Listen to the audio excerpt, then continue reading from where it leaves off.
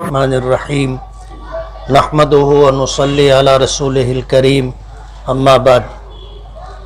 آج 26 جنوری 2024 ہے۔ جمعیت علماء مدنی روڈ کی آفس پر جھنڈا بندھن کا اہتمام کیا گیا ہے۔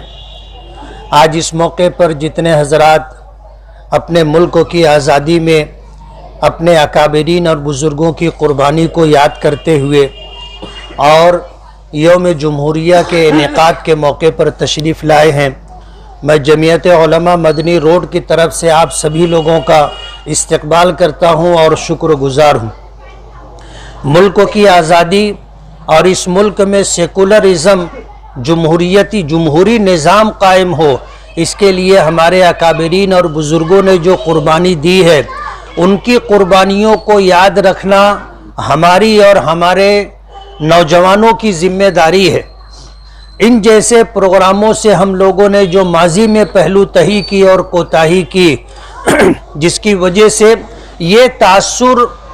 اس ملک میں رہنے والوں تک گیا کہ اس ملک کی آزادی میں اور اس ملک میں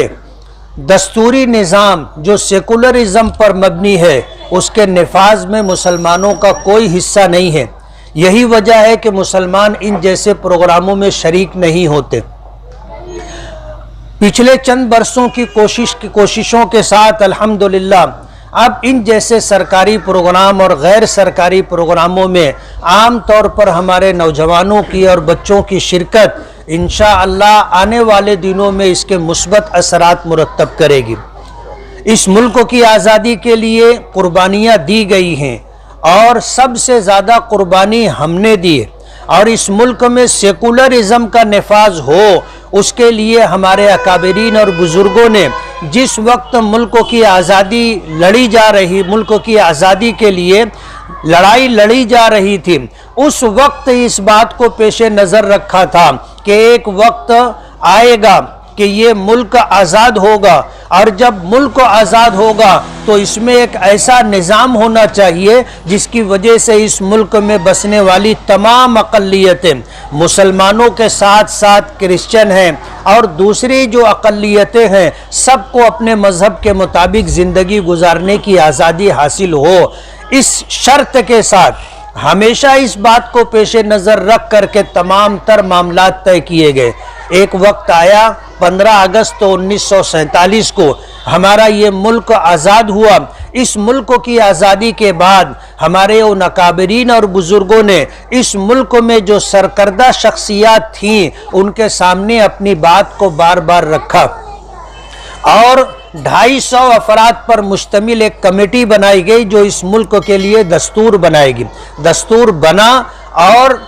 سیکولرزم پر مبنی دستور بنا، جس کی وجہ سے اس ملک میں بسنے والی تمام اقلیتوں کو وہ تمام تر حقوق حاصل ہیں جو اکثریت کو حاصل ہیں۔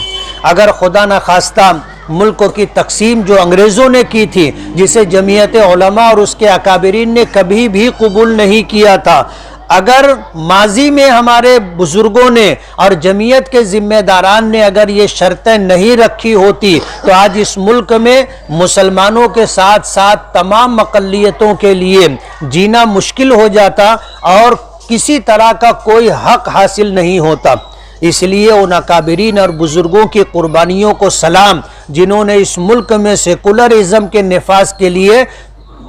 پہلے دن سے جد و جہد اور کوشش کی۔ کہتے ہیں نا کلندر ہر چے گوید دیدہ گوید، کہ اللہ کے وہ بندے جو